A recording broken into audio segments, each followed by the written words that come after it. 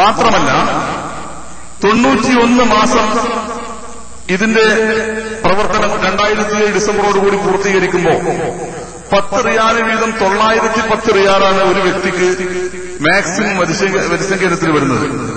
ആ 910 റിയാല് ഇവിടെ കൃത്യമായി അല്ലെങ്കിൽ ഇതുവരെ തീരെ അടക്കാത്ത ആളുകൾ ഏകദേശം എന്റെ ഈ 2 കൈവിരലുകൾ എണ്ണി തീർത്താൽ തികയുന്നതിലപ്പുറത്തേക്ക് പോകും എന്നതുകൊണ്ട് ഞാനത് ആളുകളെ പേരെടുത്ത് പറയുന്നില്ല. പേരെടുത്ത് പറയാൻ പാടില്ല എന്ന് കർക്കശമായ താക്കീത് എനിക്ക് മുകളിൽ നിന്നുള്ളത് കൊണ്ട് മാത്രമാണ് ഞാനത് പറയാത്തത്. കാരണം ഈ ആളുകളുടെ അടുത്തൊക്കെ പല പ്രാവശ്യവും പല ഘട്ടങ്ങളിലുമായിട്ട് അവരെ സമീപിക്കുമ്പോ ഇതാ ഞാൻ അടുത്ത ആഴ്ച കൊടുത്തേക്കാം, ഞാൻ ഇന്നാളാണ് വരുന്നത് കൊടുത്തേക്കാം, ശമ്പളം 1-ാം തീയതി കിട്ടും, ഞാൻ 1-ാം തീയതി ആകുമ്പോൾ കൊടുത്തേക്കാം എന്നുള്ള മധുരമായ വാക്കുകൾ. അതുകൊണ്ട് തന്നെയാണ് റിപ്പോർട്ടിൽ അത്ര ഒരു വാക്ക് ഉപയോഗപ്പെടുത്തിയത്. മധുരമായ വാക്കുകൾ പറഞ്ഞ് ഇതിന്റെ ആളുകളെ നിരാശരാക്കി മടക്കി അയക്കുന്ന ആളുകൾ മനസ്സിലാക്കേണ്ട ഒരു കാര്യം, അൽമജാർ അബ്ദുറഹ്മാനോ അതല്ലെങ്കിൽ കോഴിപ്പറമ്പിൽ അലിവിരാജിക്കോ ഇവിടുന്ന് 10 റിയാൽ സമാഹരിച്ചെടുത്തിട്ട് വേണ്ട. ഈ പണം നമ്മുടെ നാട്ടിലെ സാധാരണക്കാരായ പാവപ്പെട്ട ആളുകൾക്ക്, കുട്ടികളെ കെട്ടിക്കാൻ ബുദ്ധിമുട്ടുന്ന ആളുകൾക്ക്, രോഗം കൊണ്ട് ബുദ്ധിമുട്ടുന്ന ആളുകൾക്ക് അവർക്ക് എത്തിച്ചു കൊടുക്കേണ്ട ബാധ്യത അവരിൽ നിക്ഷിപ്തമാണ്. കാരണം നമ്മൾ ഈ സംഘടനയിൽ ചേരുന്നു എന്നതുകൊണ്ട് തന്നെ 10 റിയാൽ മാസത്തിലടക്കേണ്ട നമ്മുടെ ഓരോരുത്തരുടെയും ഉത്തരവാദിത്വമാണ്. ആ ഉത്തരവാദിത്വം നിറവേറ്റാതെ അതിനുവേണ്ടി നമ്മുടെ അടുക്കലെത്തുന്ന ആളുകളെ നിരുത്സാഹപ്പെടുത്തി തിരിച്ചയക്കുന്ന ആളുകളെ വളരെ കുറവാണെങ്കിലും നമ്മുടെ നാട്ടിലുണ്ട്. അതിൽ ഏറ്റവും വിരോധാഭാസമായ കാര്യം, അവരൊന്നും താഴേക്കടയിലുള്ള ശമ്പളം വാങ്ങുന്ന ആളുകളല്ല, അവരൊക്കെ സ്വന്തമായിട്ട് ബിസിനസ് ചെയ്യുന്ന ആളുകളാണ്. 1500-നും 2000-നും മുകളിൽ ശമ്പളം വാങ്ങുന്ന ആളുകളാണ് എന്നുള്ള രസകരമായ സംഭവം കൂടി ഇതിന്റെ കൂടുതൽ നിങ്ങൾ മനസ്സിലാക്കേണ്ടതുണ്ട്. ഇതിലേറ്റവും പ്രത്യേകമായിട്ട് ഞാൻ പറയുന്നത്, ഇതിന് ഈ കൃത്യമായിട്ട് വരിസംഖ്യ അടക്കുന്ന ആളുകളുടെ ലിസ്റ്റ് എടുത്ത് പരിശോധിച്ചാൽ അവരൊക്കെ 800, 900, 1000, 1200 ശമ്പള കാറ്റഗറിയിൽ ഉൾപ്പെടുന്ന ആളുകളാണ്. അതിനു മുകളിലേക്ക് ശമ്പളം കൂടുന്തോറും വരിസംഖ്യ അടക്കുന്ന കാര്യത്തിൽ 10 റിയാൽ സഹോദരന്മാരെ നമ്മൾ വളരെ വ്യക്തമായിട്ട് മനസ്സിലാക്കണം. ഇന്ന് നമ്മളൊക്കെ മുമ്പത്തെ ഒരു ലോകത്തുള്ള ഇവിടുത്തെ ആധുനിക എല്ലാ സംവിധാനങ്ങളും ഉപയോഗിക്കുന്ന ആളുകളാണ്.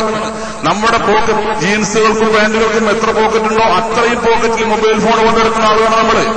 അവരൊക്കെ മാസത്തിൽ എത്ര പൈസയാണ് ടെലിഫോൺ ചെയ്യുന്നതിന് വേണ്ടി മാത്രം ചെലവഴിക്കുന്നതെന്ന് ആലോചിക്കണം. പക്ഷേ 10 റിയാൽ മഹല്ല് കമ്മിറ്റിക്ക് ചോദിച്ചാൽ നമുക്ക് എടുക്കാം, അടുത്ത ആഴ്ച എടുക്കാം. എങ്കിലും ചിരിച്ചുകൊണ്ട് തന്നെ നമ്മൾ അവരെ എല്ലാവരെയും വീണ്ടും വീണ്ടും അവരുടെ അടുത്തേക്ക് നമ്മൾ പോവുകയാണ്. പക്ഷേ എന്നിലെ ഞാൻ മറ്റൊരു കാര്യം പ്രത്യേകമായിട്ട് ഇത് പറയാനെന്താ കാരണം, ഇവിടുത്തെ സുവനീറിന്റെ ഉത്തരവാദിത്വം സാന്ദർഭികവശാൽ എന്റെ ചുമതലയിലാണ് വന്നിട്ടുള്ളത്. സുവനീർ പുറത്തിറക്കും ഇൻഷാ അല്ലാഹ്. അടുത്ത ജനറൽ ബോഡിക്ക് മുമ്പായിട്ട് തന്നെ സുവനീർ പുറത്തിറക്കണം എന്നുള്ള പരിശ്രമത്തിൽ തന്നെയാണ്.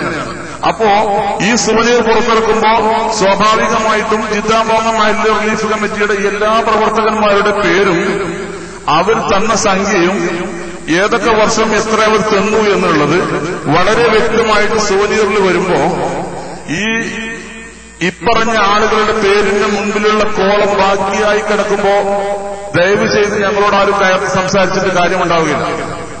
അതിവിടെ വന്ന ആളുകളോട് പറയുന്നത് ശരിയല്ല. കാരണം ഇവിടുള്ള ആളുകൾക്ക് ഏറെക്കുറെ പൈസ അടിച്ചതാണ്. പക്ഷേ നിങ്ങളുമായി ബന്ധപ്പെട്ടിരിക്കുന്ന ആളുകൾ, നിങ്ങളുടെ സുഹൃത്തുക്കള്, നിങ്ങളുമായി നിരന്തരം ഫോണിലും മറ്റുള്ളതിലും കാണുന്ന ആളുകളൊക്കെ, സംസാരിക്കുന്ന ആളുകളൊക്കെ ഉണ്ടെങ്കിൽ ഈ വിവരം അവരെ അറിയിക്കണം. അറിയിച്ചിട്ട് ഇത്തരം ഈ പ്രസ്ഥാനത്തിന്റെ മഹത്തരത്തിന്റെ പ്രവർത്തനങ്ങൾ എന്താണ് എന്നുള്ളത് നമ്മളൊന്ന് അവരെ കൂടി അറിയിച്ചുകൊണ്ട് ഇതിലേക്ക് സഹകരിപ്പിക്കുന്നതിന് വേണ്ടി എല്ലാവരും തീവ്ര ശ്രമം നടത്തണമെന്നാണ് ഈ അവസരത്തിൽ എനിക്ക് പറയാനുള്ളത്. കഴിഞ്ഞ ദിവസം ഇതിന്റെ വാർഷിക പരിപാടിക്ക് ക്ഷണിക്കുന്നതിന് വേണ്ടി ഞങ്ങൾ നമ്മുടെ സുഹൃത്തിന്റെ അടുത്ത് പോയപ്പോ അദ്ദേഹം പറഞ്ഞു, ഒരു മോങ്ങത്തുകാരൻ തൊട്ടടുത്ത കടയിലുണ്ട് എന്ന് പറയുകയും ഞങ്ങൾ ആ മോങ്ങത്തുകാരനെ പോയി കാണുകയും ചെയ്തു. 13 വർഷമായിട്ട് മോങ്ങത്തും അതിനപ്പുറം 11 വർഷമായിട്ട് സൗദി അറേബ്യയിലുമുള്ള അദ്ദേഹത്തെ ഞങ്ങൾ ഈ പരിപാടിയിലേക്ക് ക്ഷണിച്ചപ്പോൾ ഞങ്ങളോട് ചോദിച്ചത്, 10-25 ലക്ഷം റുപ്യയുടെ റിലീഫ് നിങ്ങൾ കൊടുത്തിട്ട് മോങ്ങത്ത് എവിടെ പേർക്ക് കൊടുത്തത് ഞാനൊന്നും അറിഞ്ഞില്ലല്ലോ എന്നാണ് ആ സുഹൃത്ത് ഞങ്ങളോട് പ്രതികരിച്ചത്. വരവ് ചെലവ് കണക്കുകൾ അടങ്ങുന്ന സംക്ഷിപ്തമായ ബുക്കിലെറ്റ് അദ്ദേഹത്തിന് കൈമാറിയപ്പോൾ അത് വായിക്കാനുള്ള മനസ്സൊന്നും അദ്ദേഹത്തിന് ഉണ്ടായില്ല. ഞങ്ങൾക്ക് വളരെ അതിന് വലിയ വിഷമമില്ല. കാരണം എന്താ വെച്ചാൽ ഇത് നമ്മൾ ആരും ഒരു പബ്ലിസിറ്റിക്ക് വേണ്ടി ചെയ്യുന്ന കാര്യമൊന്നുമില്ല. പക്ഷെ എന്നിരുന്നാലും നമ്മുടെ നാട്ടിലുള്ള ഇത്തരം റിലീഫ് പ്രവർത്തനങ്ങൾ നമ്മൾ ചെയ്യുമ്പോൾ അതിന് നേരെ പുറംതിരിഞ്ഞു നിൽക്കുന്ന സമീപനങ്ങൾ, അത് ഇതിന് മുന്നിൽ നിൽക്കുന്ന ആളുകൾക്ക് വളരെയധികം മാനസികമായിട്ടുള്ള വിഷമതകൾ ഉണ്ടാക്കുന്ന കാര്യമാണ് എന്നാണ് എനിക്ക് സൂചിപ്പിക്കാനുള്ളത്. കൂടുതൽ മറ്റ് വിഷയങ്ങളിലേക്കൊന്നും ഞാൻ കടക്കുന്നില്ല. സമയം ഒരുപാട് അതിക്രമിച്ചിരിക്കുന്നു.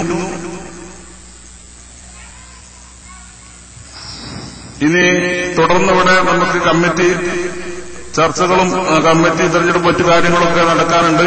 എന്നിൽ ഏൽപ്പിച്ച മറ്റൊരു കാര്യം, നമ്മുടെ മോങ്ങത്തെ യാമ്പോയിൽ വെച്ച് മരണപ്പെട്ട മൂസ, വെണ്ണക്കോടൻ മൂസയുടെ ഒരു റിലീഫ് ഫണ്ട് നമ്മൾ ഉദ്ഘാടനത്തിന് ഇവിടെ പിരിവ് തുടങ്ങിയിരുന്നു.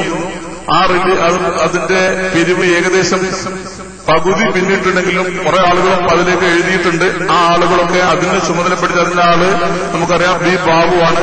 അദ്ദേഹവുമായി ബന്ധപ്പെട്ട് ആ എഴുതിയ ആളുകളെങ്കിലും ആ പൈസ കൊടുത്തിട്ട് ആ ഫണ്ട് ക്ലോസ് ചെയ്യാൻ സഹകരിക്കണമെന്ന് സാന്ദർഭികമായിട്ട് ഓർമ്മപ്പെടുത്തുകയാണ്. മറ്റുള്ള കാര്യങ്ങളെക്കുറിച്ചൊക്കെ തുടർന്ന് വരുന്ന പ്രാസംഗികന്മാര് ഇവിടെ സംസാരിക്കും. വാഹുദാന അൽഹംദുലില്ലാഹി റബ്ബിൽ ആലമീൻ. അസ്സലാമു അലൈക്കും.